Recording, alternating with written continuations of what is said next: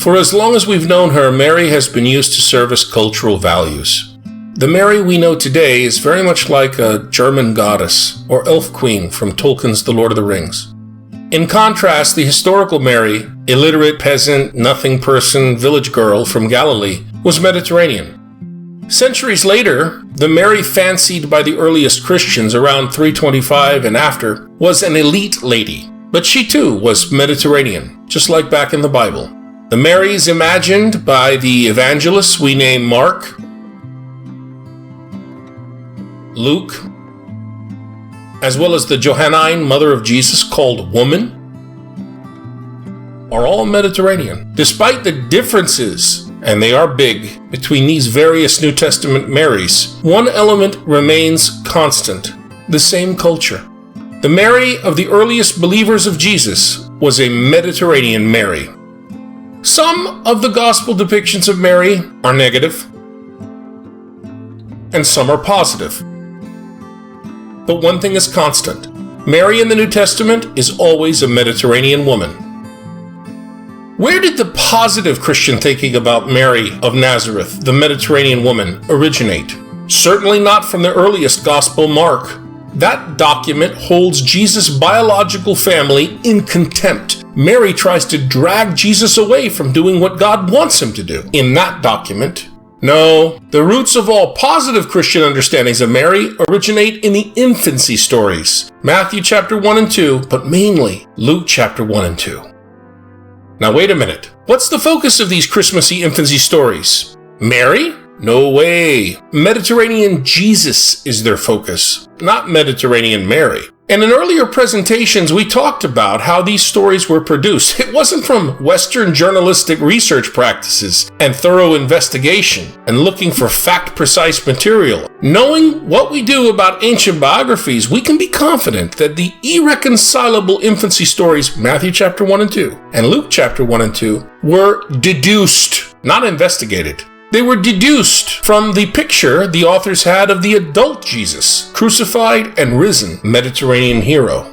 What the Mediterranean hero did as an adult, he must have done similarly as a child. If Hercules battled a great giant snake at the end of his life, then you can be sure, in this ancient way of thinking, that as an infant, Hercules also battled snakes. Same thing with Jesus. If right before his death and resurrection, Jesus turned Jerusalem and its temple upside down, you better believe he did that also as a child. Note that both Matthew and Luke depict Jesus this way as a youngster, even in ways that are impossible to agree with one another. There's no psychological development in the world of the Bible, folks. Children were adults in miniature. Therefore, an adult Mediterranean hero, when he was a child, he was that hero in miniature. No interviews were necessary to see what his life was like. No investigation was needed. You can deduce what his childhood was like simply by looking at what roles and status he enjoyed as a great hero as an adult. If Jesus of Nazareth is the risen Messiah soon to come, well, the stories of Matthew chapter 1 and 2 and Luke chapter 1 and 2 will flow quite naturally. So these infancy narratives are not fact-precise biographies. And the only reason we're talking about these stories is because they give us our earliest positive views about the Mediterranean woman, Mary. You will never arrive at Mary's Immaculate Conception or her glorious Assumption without these two stories. And these primarily unhistorical stories really aren't focused on her to begin with. They're focused on Jesus. Instead, these details about her provided by these very late first century documents underscore Jesus' qualities as a Mediterranean hero. They amount to preflections of him, the risen Messiah. Didn't we see that when we talked about in an earlier presentation how Jesus' resurrection was thought to usher in the last days before the Israelite theocracy? That was going to be a time where Israelites expected young men to see visions and old men to dream dreams. Well, if that was true of the adult Jesus and Jesus was the same hero as a child, just in miniature, then you should probably expect old men to dream dreams, right? And don't you have that in the story of Matthew chapter 1 and 2? Luke does this sort of thing also. Luke depicts Mary in similar ways. She experiences a procreation vision. Why? Well, because that's typical for the Bible and other ancient Mediterranean accounts whenever gods or sky vault entities converse with women. Put yourself in the mindset of a Mediterranean male. Why would God bother talking to a woman? Only if it concerns the reproductive functions and gender-based roles. See? Because that's basically the way women were perceived to be all about. And isn't that what Gabriel's discussion is all about? In the social world of the evangelists, everyone knows that if you place a man and woman together, sexual relations are inevitable. They will behave as culturally expected unless they get prevented by social sanctions and other boundaries. The Mediterranean world of the Gospels is fiercely gender divided, from beginning to end. Mediterranean people believe that when cornered, a solitary female at first may try to fight a male off. Still, once he touches her, she will readily give in to his advances. This applied to earthbound males, if they confronted women in this way, and to male spirits from the sky vaults above. Read Genesis chapter 6, folks. Look what happens when the Lucan Mary is alone with Gabriel. Obviously, there's nothing lustful going on here, but the author understands and presents traditional Mediterranean cultural urgency to keep women always encompassed and guarded. This is a stereotypical, not fact-precise biography, folks. Mediterranean Mary is placed into a challenging situation here.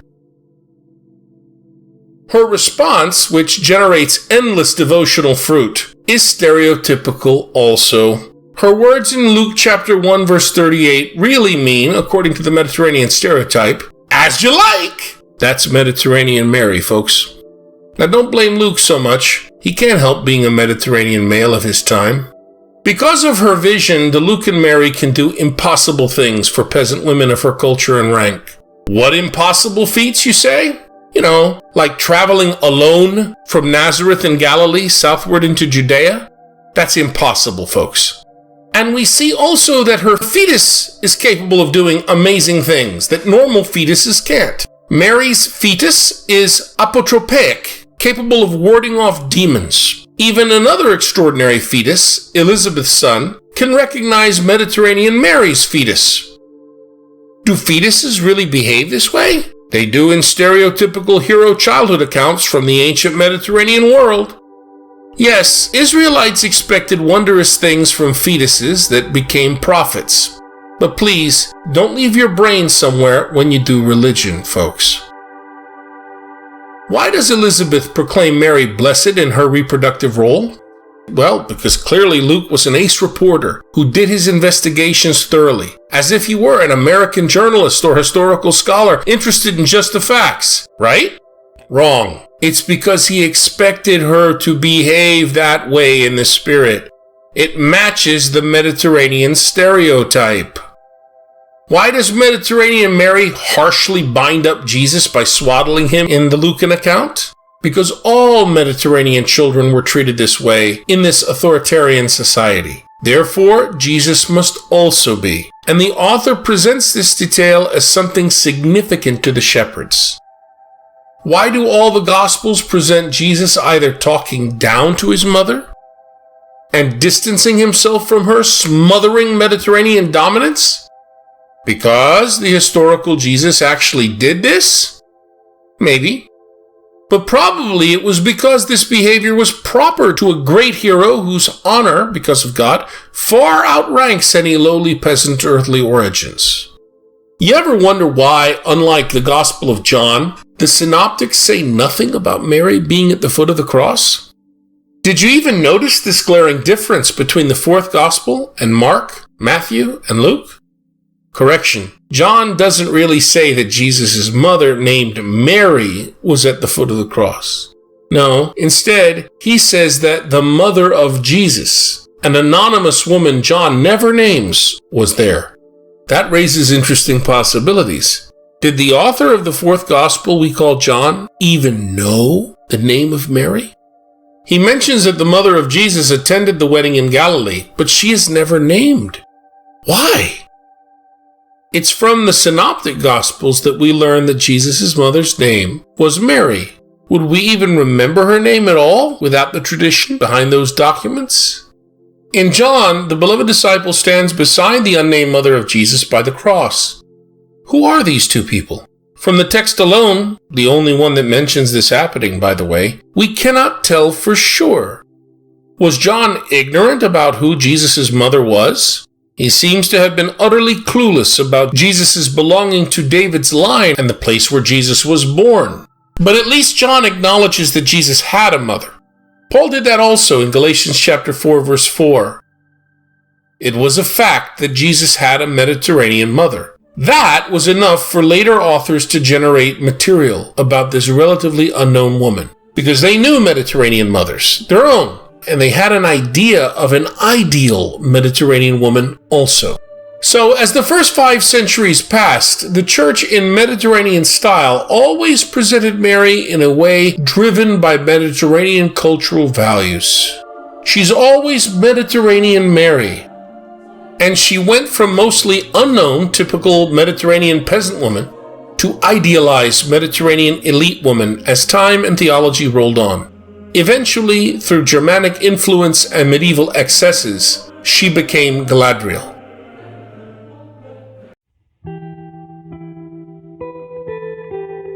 Consider the Visitation story in the Gospel we call Luke.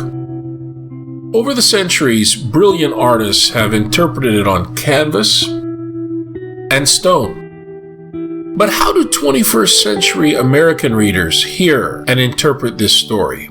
It would be somewhat humorous were a contemporary United States reader to imagine Mary getting into her pickup truck, traveling over the interstate, and doing lunch with Elizabeth. Jokes aside, what should we imagine when reading this ancient story? Surely it should be that scenario that Mediterranean culture suggests. For the first reading of all Scripture and the Gospels is Mediterranean culture. In this ancient Mediterranean story, Mary seems to travel on a 4-day journey alone. Folks, women in the ancient Middle East and circum-Mediterranean world could never do anything alone.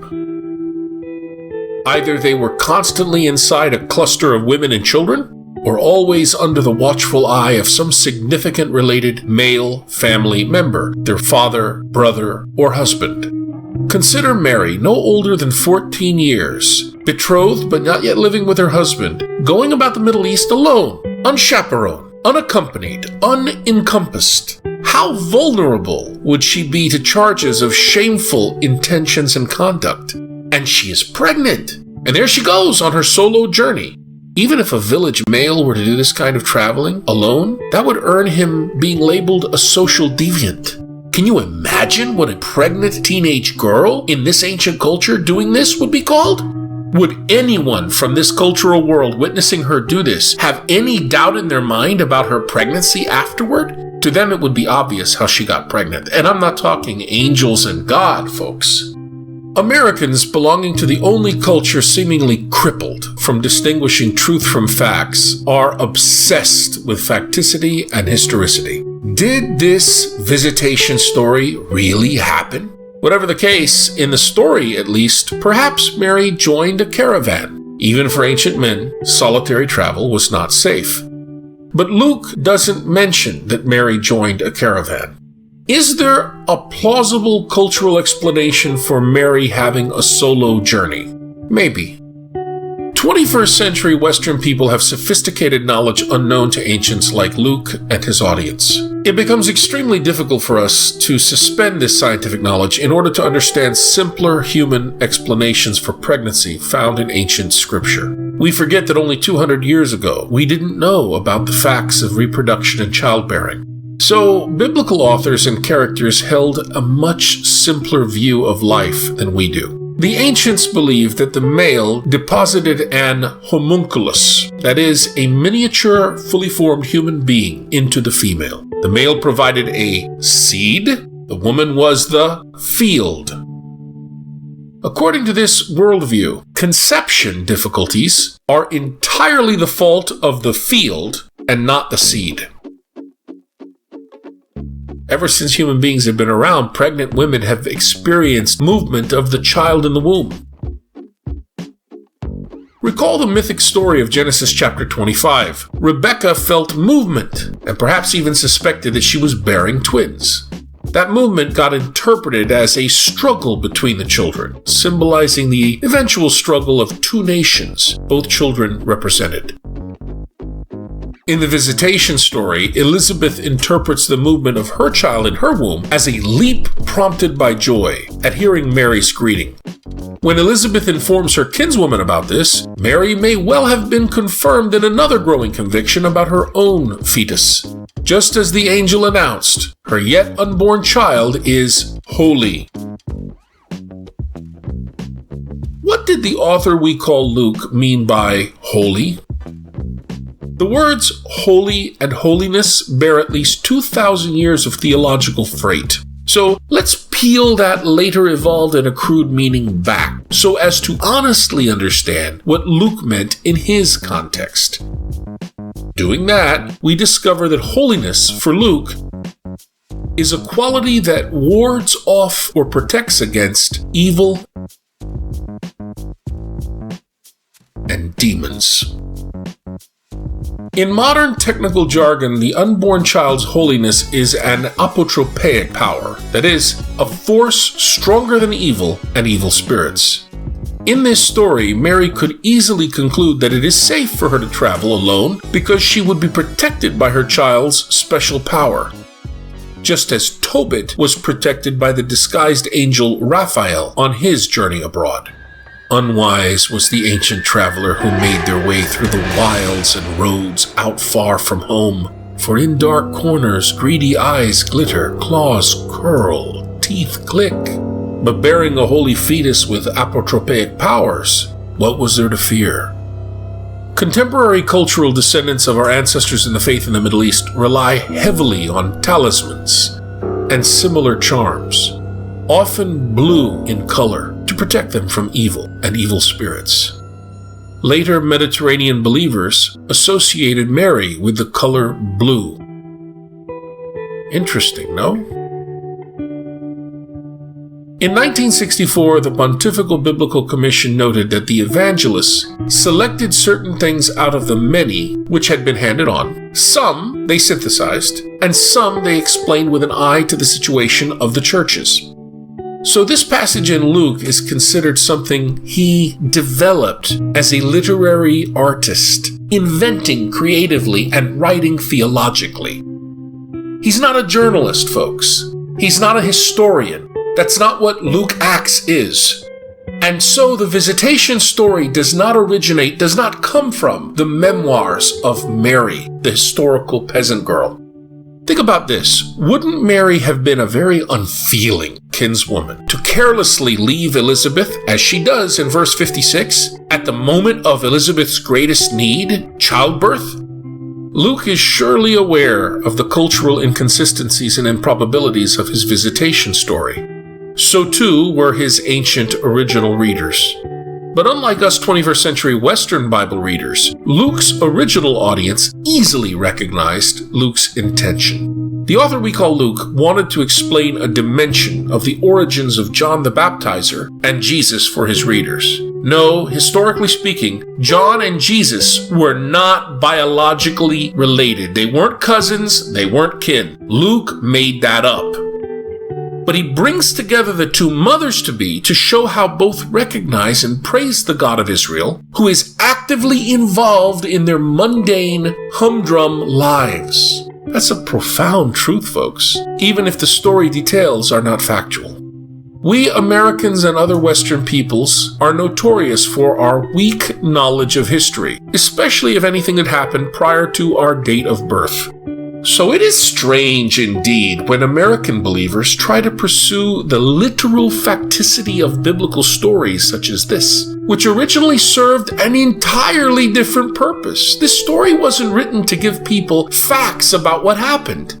We can only admire the magnificent talent and inspiration of Luke the Evangelist, Luke the Spinmeister, who has made his theological point emphatically, if imaginatively graphic. God does indeed work in strange and mysterious ways, and inspiration must be a messy business. According to the Gospel called Luke, Elizabeth, mother of John the Baptist, was a relative of Mary, the mother of Jesus. Therefore, according to Luke, John and Jesus were related. Yet in the public ministry of Jesus, there is no suggestion that John the Baptist was a relative of Jesus. In the other Gospels, there is no mention of any family relationship between John and Jesus. According to John chapter 1 verse 33, the Baptist says specifically, "I did not know him." Could he say such a thing if Jesus truly was his cousin? Many scholars have suggested that this relating John the Baptist to Jesus as if they were cousins was Luke's creative invention. It wasn't historical. Scholar Raymond Brown has stated that any biological kin relationship between John and Jesus is of dubious history. This Advent and Christmas, it is good to keep in mind, while reading Luke chapter 1 and 2, that the author was a spinmeister and is not giving us 21st century, fact-precise Western biography.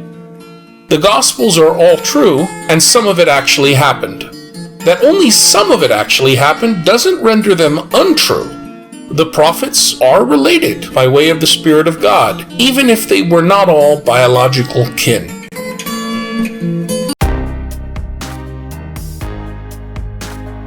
Many confuse two important beliefs for Christians: the virgin birth and the Immaculate Conception.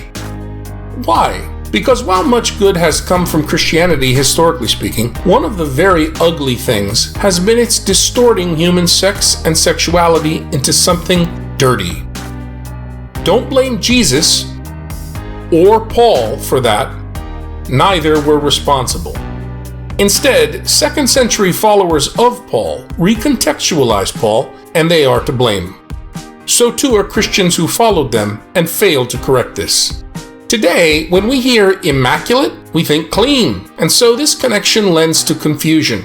Mary is absolutely clean, and it therefore makes sense that she never got dirty from sex. So the popular misunderstanding is to confuse the Immaculate Conception of Mary with the virginal conception and birth of Jesus.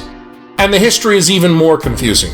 Virgin is a word that has evolved over the centuries, mixed up as it is with Mary as an evolving symbol herself. When post-apostolic Jesus group people called Mary virgin in the 2nd century, were they necessarily talking about her sexual status or the condition of her physical organs and hymen? Originally, virgin meant a female of marriageable age, which in the ancient circum-Mediterranean world of the Bible was just after her menarche. But the meaning of virgin and virginity evolved. As it changed, the physical virgin birth became an essential Christian belief for many. But that didn't happen really before the 5th century.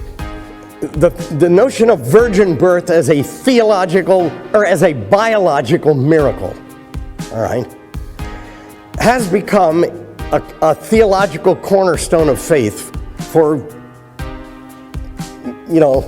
probably the majority of Christians in our era. Not so in antiquity.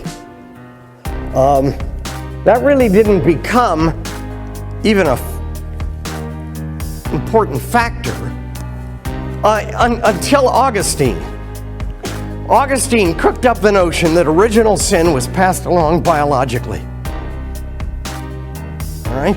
Well, we can't have a sinful Jesus, so we got to have him born without that bad gene. Well, in antiquity, people knew the existence of the sperm. They did not know the existence of the egg. So if we don't have a father passing along the bad sperm that would have made him guilty of original sin, we can get a pure Jesus. That began to make the biological virgin birth ever more important theologically. It was to protect the sinlessness of Jesus. Well, in the 18th century, when they discovered the existence of the egg, now we got a problem.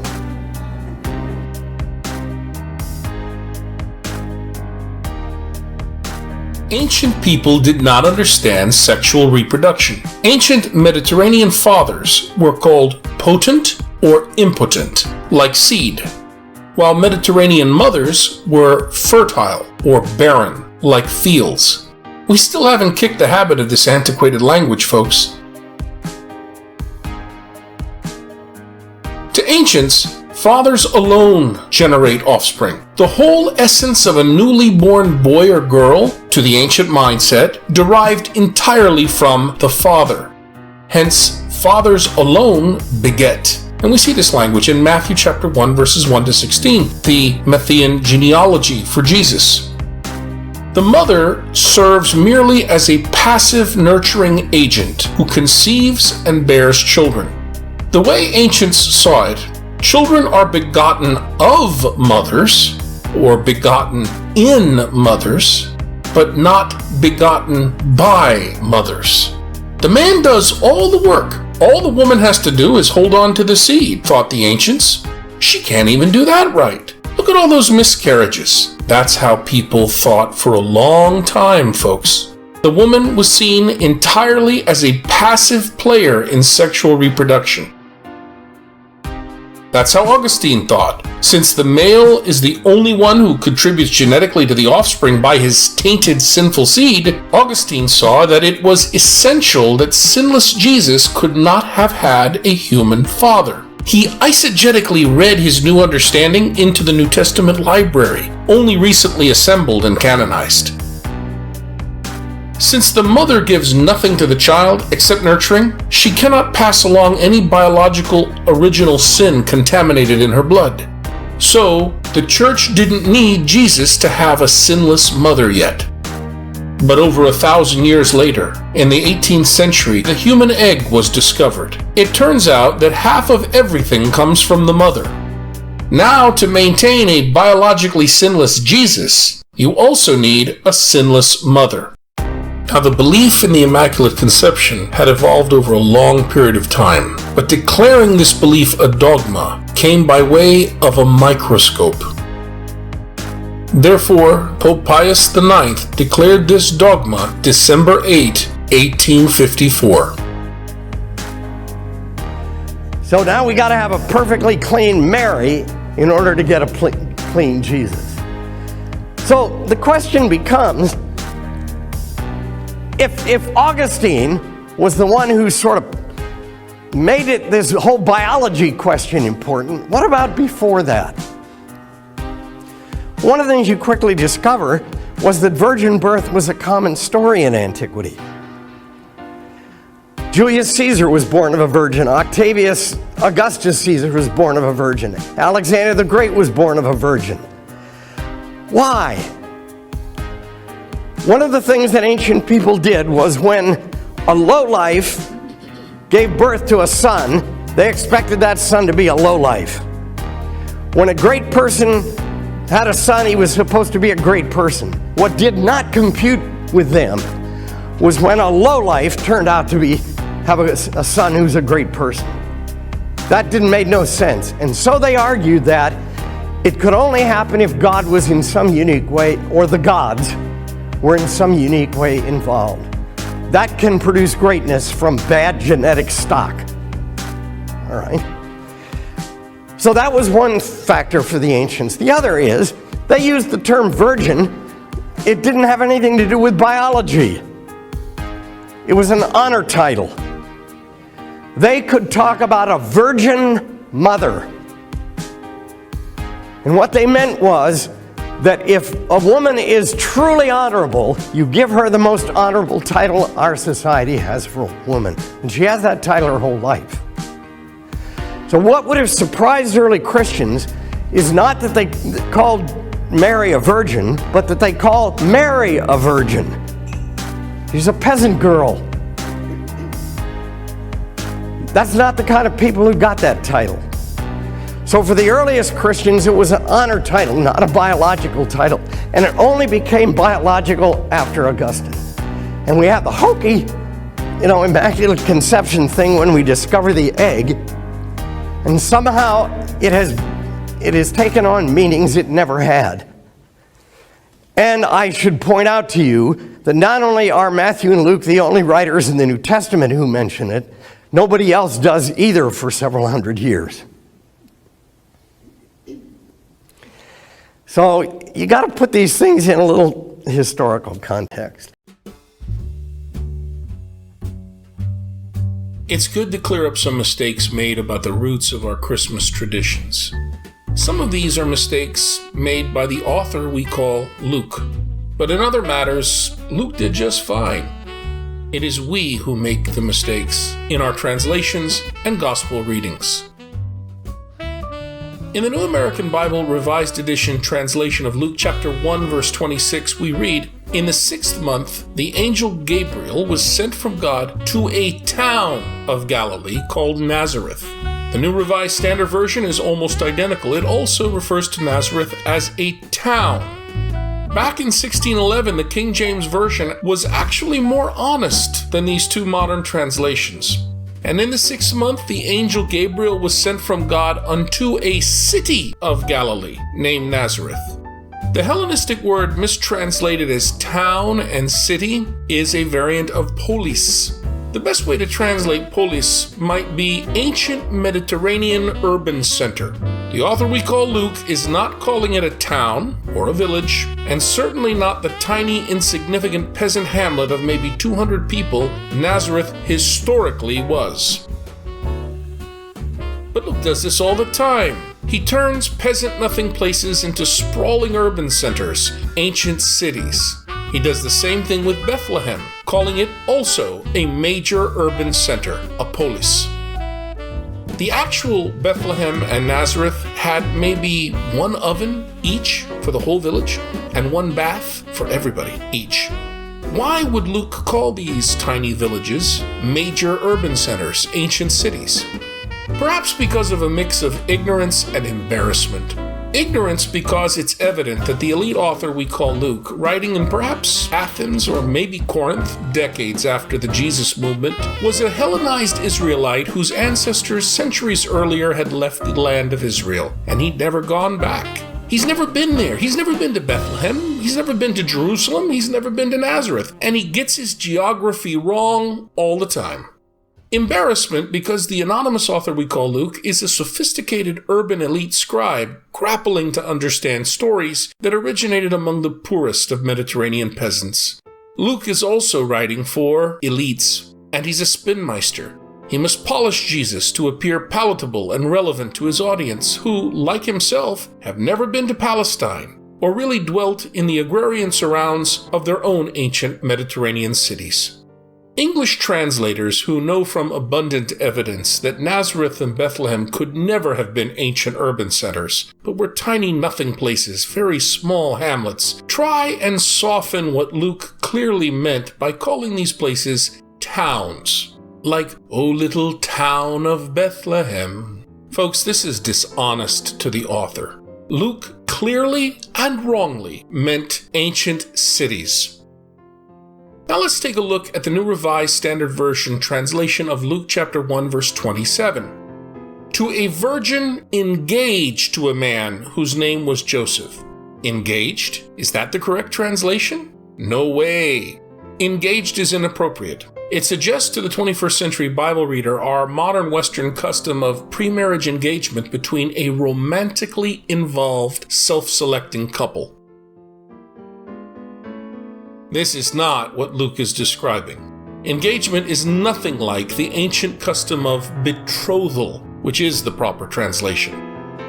Engagement concerns self-selecting, romantically involved couples. But betrothal describes arranged marriage, which was Joseph's and Mary's situation. Their parents had arranged their marriage. Notice how Mary is called a virgin here? That doesn't mean her sexual status or the condition of her hymen. It means a teenage girl, just after her menarche, a marriageable and childbearing teenager. Physical virginity, of course, was expected also, being the sine qua non for an honorable marriage. A Mediterranean woman without it would have shamed herself and her entire paternal family. Note Deuteronomy chapter 22 verses 13 to 21 about the token of physical virginity, which is a blood-stained sheet that could be demanded. See, again, Luke is polishing things up creatively. He's a good spinmeister. Embarrassment drives him. In the first gospel, called Mark, chapter 6, verse 3, Jesus was curiously referred to as Son of Mary. That's a highly unusual way of identifying an ancient Middle Eastern man. In the Middle East, both then and now, the custom is to identify someone through their father. Like Jesus, son of Joseph. But what if paternity was in doubt? Well, then you might insultingly call someone son of his mother, like Jesus was called, Son of Mary. When we say Son of Mary, we've got over 1,000 years of devotional freight. A lot of Catholics and Eastern Orthodox and other Christians, when they hear Son of Mary, they're thinking Christmas, they're thinking Rosary, they're thinking something so beautiful and warm and good, something from devotions. But I guarantee you that that's not what Mark intends in chapter 6, verse 3. Son of Mary was a way of calling Jesus a bastard. Folks, it is both good and important to be honest with the Gospels and our Christmas traditions. Those Christmas traditions have humble beginnings, far more humble than our devotional manger scenes suggest. The infancy narratives of Matthew chapter 1 and 2 and Luke chapter 1 and 2 provide us with the origin of Christmas. But our Christmas observances are 2,000 years evolved. Sometimes these distort what the texts of Matthew and Luke are actually saying. Take, for example, what the author we call Luke tells us about the inn and the manger. Peasant houses in first century Israel normally had only one room, though sometimes a guest room would have been attached. The family usually occupied one end of the main room, often raised, and the animals the other. The manger was located in between. The manger would have been the normal place for peasant births, with the women of the house assisting. So Jesus the peasant being born in a manger really wasn't that extraordinary when we consider that he was born the ordinary peasant way. Some artists are now depicting Mary giving birth in a more human, biologically accurate, and realistic way than what hyper-Marian piety would allow in previous generations. Still, as heroic as the intentions are behind these new art pieces, they still tend to romanticize in ways ethnocentric to 21st century Western culture. For one thing, Joseph would not really be present at the birth, but every woman in the house would be. The weakest emotional bond throughout the ancient circum-Mediterranean and Middle Eastern cultural worlds was that between husband and wife. The reason was that marriages in this cultural world were arranged. Beside that, this was a fiercely gender-divided world. Even in a cramped space, men and women don't sleep together except on rare and brief occasions. Romantic ideas terribly distort Bible reading. When you add in Christmassy feels, the rest is history. What Luke is describing in chapter 2 is not a barn or stables out back operated by a first century hotel. Our Christmas observances have mixed into a cake batter various contradictory details from the Matthean infancy narrative and the Lucan infancy narrative. These stories were never meant to be jumbled together this way. They cannot be harmonized reasonably. In Matthew's story of Jesus' infancy, no reason is given for why Joseph and Mary are found in Bethlehem at the beginning of the story at the time of Jesus' birth. Since the text lacks any geographical transitions, Matthew doesn't mention any starting off, and given that neither Matthew nor his audience knew the gospel called Luke, which hadn't even been written yet, and because Matthew mentions Joseph's house in Bethlehem, given what we know about the patrilocality of first century Israelite homes and a host of other related issues, it should be clear that the author we call Matthew presents Joseph and Mary as being natives of Bethlehem, and only later on, following a trip into Egypt, moved to Nazareth to escape the Herods. In other words, The author called Matthew communicates that Mary and Joseph had never been to Nazareth before. Friends, the different gospel writers were embarrassed of Jesus' Galilean origins in Nothing Place Nazareth, a tiny little hamlet filled with nothing people. And this was Matthew's clever fix. Luke, on the other hand, who never read Matthew, states that Joseph and Mary are from Nazareth, but come to Bethlehem to be enrolled. This may imply that Joseph had land there, since the census or enrollment was for land taxation purposes.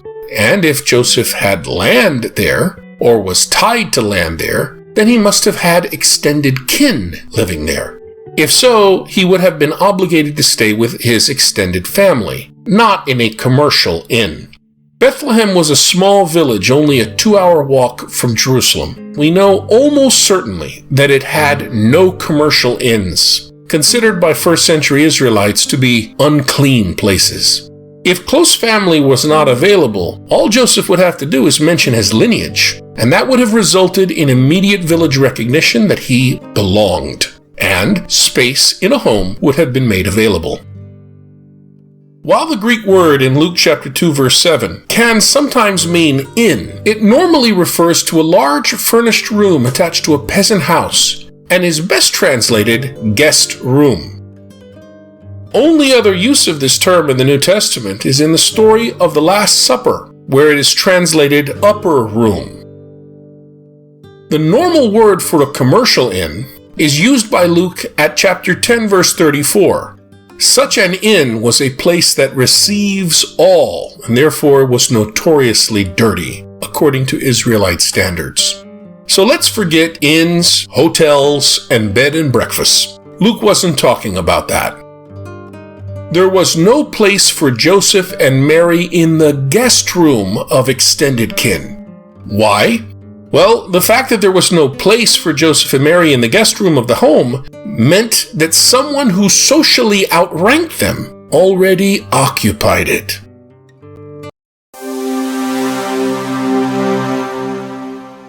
Is the pregnant sky woman of Revelation chapter 12 really Mary, the mother of Jesus?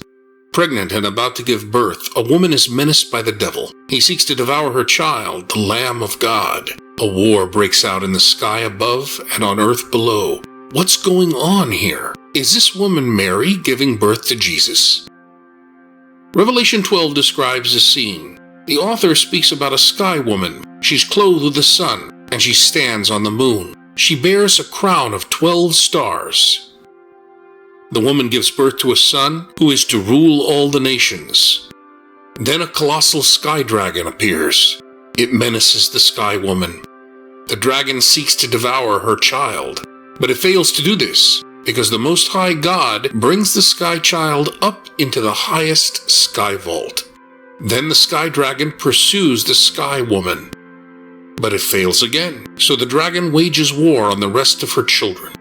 What exactly is going on here in this bizarre story? When does this sky war take place? Who is the pregnant sky woman?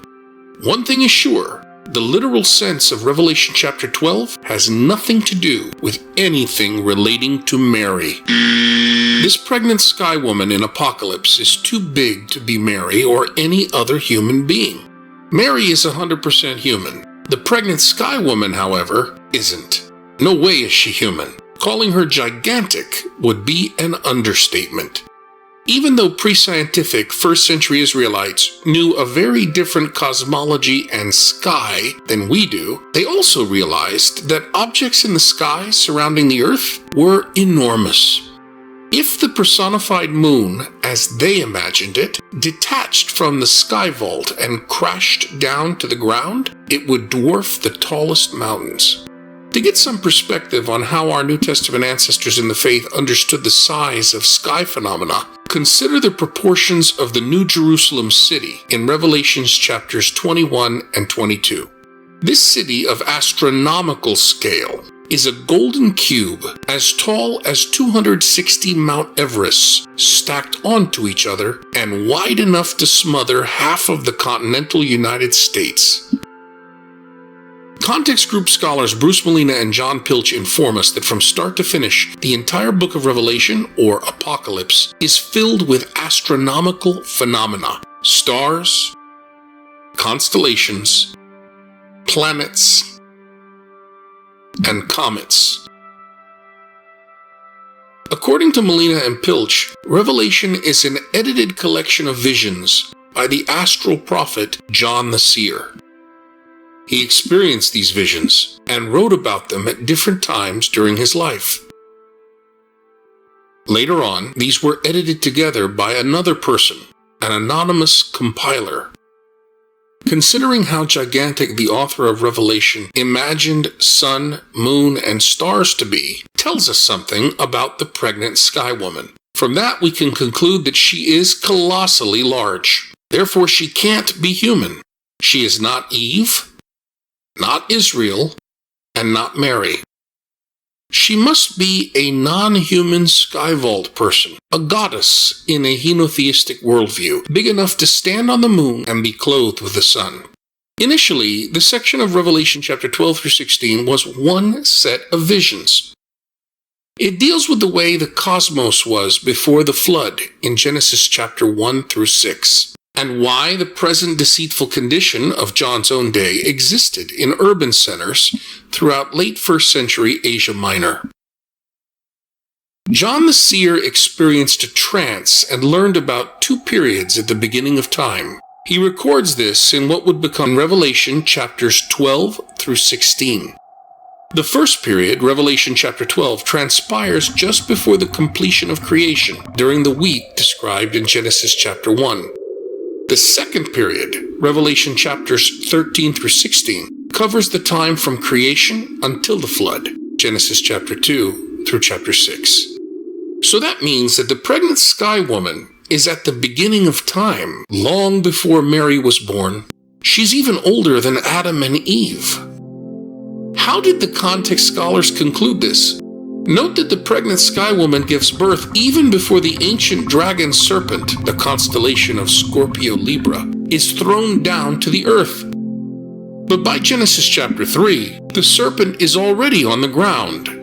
Therefore, the drama of Revelation chapter 12 takes place before humankind's creation. The whole thing occurs in the sky vaults. Given that the serpent is already in the Garden of Eden in Genesis 3, it must have been cast out from the sky vault earlier than God's creation of the first humans.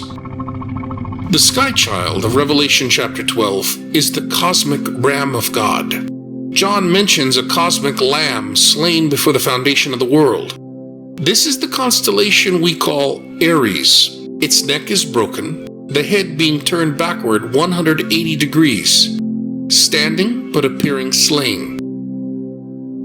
What an unorthodox origin John gives to Jesus. Christian Bible readers need to understand that John wrote down his visions long before Nicaea's Christological debates in 325 and the later Council of Chalcedon in 451. Before that, various Jesus groups imagined vastly different cosmic origins for Messiah Jesus as they grappled to understand who the Risen One was. Be wary, my friends, of fundamentalists oversimplifying things. So returning to the Sky Woman, if she's not Mary, or Eve, or the Church, or Israel, who is she in the literal sense of Revelation chapter 12? Despite spiritual allegory gone wild in the later church, 2 facts eliminate the possibility that she's anybody human. The first is because this sky woman pre-exists humankind, as Revelation chapter 12 takes place before humans were created. Secondly, her gigantic size, sun as clothing, moon as her footstool, crowned by stars, likewise demonstrates she can't be human. The astronomical phenomena decorating her indicate she is a zodiacal constellation on the ecliptic in the southern sky. Adding all this up, the pregnant sky woman in the literal sense of Revelation chapter 12 is the constellation we call Virgo. In the Greek tradition, she is Dike, justice. Centuries passed and the church canonized the book of Revelation. They placed it together with the Gospels of Luke and John. The various images of the Mother Virgin, the woman at the cross, and the woman who gave birth to the Messiah could now commingle in the minds of monotheistic Christians. These images began to reinforce one another. So, spiritually, Mary, already morphed into the ideal Mediterranean woman, slowly became recognized as the perfect symbol of the post-Constantinian Church. Thus, in this way, the canonical Revelation text can be seen to, spiritually, speak about Mary. Of course, as this slow theological evolution transformed Mary into an idealized Mediterranean woman, and then eventually into Galadriel from Lord of the Rings, we lost the illiterate Middle Eastern peasant girl altogether. My friends, everything in Christ begins with throwaway people. Nothing people. The Anawim. That's what Jesus was. That's what everybody in Nazareth was, including Mary. But later on, as the church got imperial, and as allegory went wild, things changed. Verbal orthodoxy cloaked congenial idolatries. The result was to throw out the throwaway people, like Galilean peasants, Jesus, and Mary. So a stand-in Mediterranean goddess replaced nothing person Mary. Eventually, a quasi-Norse goddess replaced the Mediterranean replacement. My friends, to consider the assumption of a Galilean nothing person, peasant girl Mary, is extraordinary. To see such a lowly person as Queen of Heaven is right in line with what God does in the history of Israel. But to eliminate the peasant girl in favor of a goddess representing imperial power is sadly typical of so many societies.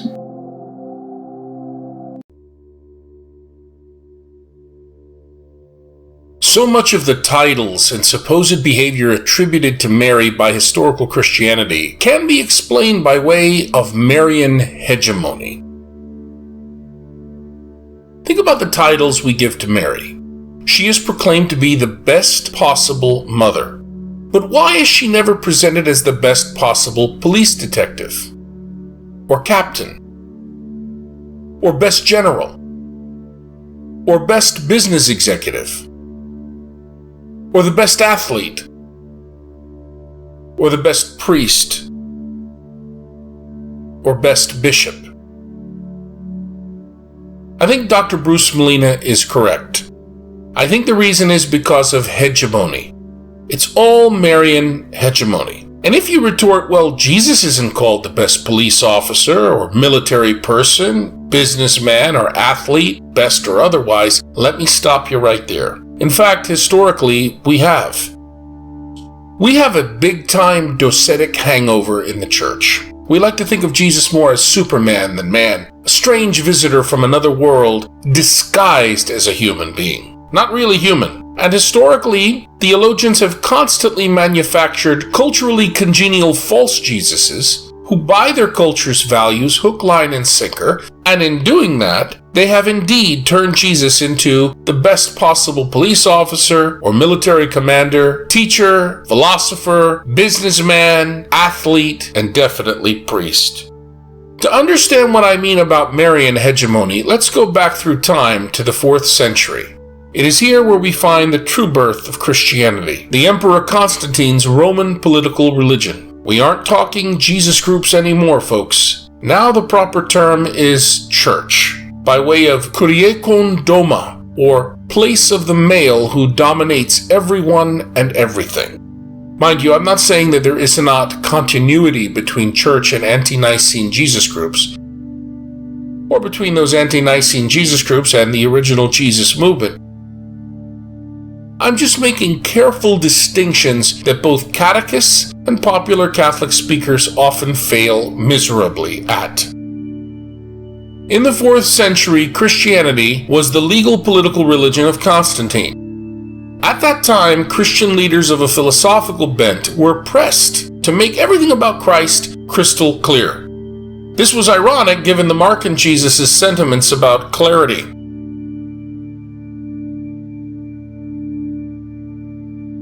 Jesus liked to be ambiguous.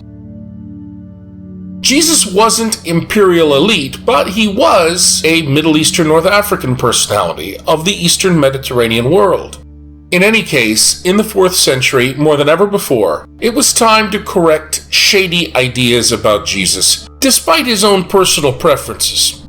And who did this philosophizing and theologizing and Christologizing? Mediterranean male elites exclusively. And since the strongest emotional bond in the circum-Mediterranean world, then and now, is that between mothers and firstborn sons, how could these Mediterranean elite male theologians, themselves sons, miss the importance of Jesus' mother? This, then, is the origin of Mariology, the theological study of Mary's role. This is also the beginning of Marian Hegemony. What drove this Mediterranean elite male enterprise? The principle of fittingness, or the rational deductive argument of convenience. Goes like this: potuit, desuit, ergo fecit.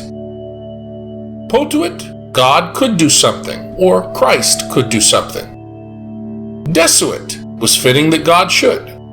Ergo fecit, therefore God did it. This principle of fittingness drove Mariology through the centuries. Originally, theologians, Mediterranean males all, had to address two problems. First, how could they speak of or behave toward Mary fittingly? By fittingly, I mean according to elite Mediterranean male expectations. How could they do that, since they never before honored messiahs with mothers? In other words, there was no proper model for this behavior. Second, what did Messiah mean anyway? That was very confusing, folks. Even within Israelite circles back in Jesus' day, Israelites had many contradictory ideas as to what Messiah meant. Messiah was like Heinz 57 variety. I mean, you ask two Israelites in Jesus' day their opinion on the Messiah, you'll get at least 3 answers. In fact, to some, Messiah wasn't even a human being. Now, ask the New Testament the following questions. How did Mary die? Silence. What was her exact role in the early Jesus groups? Not a word is given. What was her life like in Nazareth with her family? Zilch. How was her marriage with Joseph? Nada. What was her childhood like? Nothing is said. How did her birth come about? Complete quiet. Who were her parents? There's no answer. And when it comes to the Assumption of Mary, her perpetual virginity, and the Immaculate Conception, the Bible presents us with nothing but deafening silence. Now consider that and everything the Church believes about Mary. Where did all that material come from? We leave the 1st century with 2 main things known about Mary. 1, she was mother to Jesus. And 2, she was a virgin, meaning a young girl of marriageable and childbearing age just after her menarche, untouched by man when she became pregnant. So where in God's name did the Church get all this extra information about Mary in order to form its Mariology, in order to develop its Marian doctrines, devotions, and practices? The wellspring of all this came from her stereotyped cultural roles as Mediterranean mother and maid. From that sprang almost all subsequent Mariology until recent times. And driving it all was the principle of fittingness. Potuit, desuit, ergo fecit. The principle of fittingness came to the rescue. Is it proper or fitting? Potuit. If so, it must be desuit. and therefore it is, ergo fecit. It was proper to call the man Jesus God, yes? In the 4th century, it was. Well, if so, it must also be fitting to call Mary the Mediterranean Mother of God. Potuit. So she must be that, desuit, and therefore she was, ergo fecit. But hold on. Any Mediterranean mother of the living God who is dead, buried and reduced to dust, is pretty worthless in that role, right? Sure, that's not a proper or fitting Mediterranean mother of the living God. Isn't God the source of all life? Absolutely. So what would make Mary properly fit for this role of being mother to the living God? Only if God raised her after death. Potuit. Therefore, God must have raised Mary after dying. Desuit. In fact, she was raised. Ergo fecit. Ultimately, when we look at the Assumption of Mary, it was assumption based on fittingness. Simple fix. But hold up. You cannot really be a good Mediterranean mother of the God of Skyvault unless you aren't also reigning with God beyond the upper level of the highest Skyvault. No way. That's not proper or fitting. What would fix that? Well, after raising Mary, it was proper, potuit, for God to take her up above the sky vaults. Therefore, God must have brought Mary up to the highest sky vault after her death, desuit. Therefore, God did this, and Mary is on the uppermost sky vault right now with God, ergo fecit. That's a fact, Jack. Do you see how many facts you can create by swallowing this argument of convenience? Where do you think the Marian litanies come from? Any devotee of Mary with just a drop of creativity can become a veritable Mariological cornucopia of information about Our Lady. Speaking of Our Lady, where did that title of Marian Hegemony originate? From the principle of fittingness, of course. Everything discovered about Mary came by way of establishing parallels to Jesus' life and status. Jesus was poor, wasn't he? Sure. Well, so was Mary then. Not because of some kind of analysis of Galilean peasant socioeconomics, folks, but because of potuit, desuit, ergo fecit. Jesus healed, right? Yes, he did. So Mary must have also healed. Jesus is king, sure. And that makes Mary queen, right? Of course. And if Jesus is cosmic Lord, then Mary must be cosmic lady. Potuit, desuit, ergo fecit. It makes perfect sense. Ancient Mediterranean male elites were extremely adept at philosophizing this way. They turned Mary into a feminine Jesus. In practice, but not official belief, both Jesus and Mary transformed this way, became male and female halves of the monotheistic Christian God. Next time, we're going to see how the ugly side of this principle of fittingness added up to hegemony.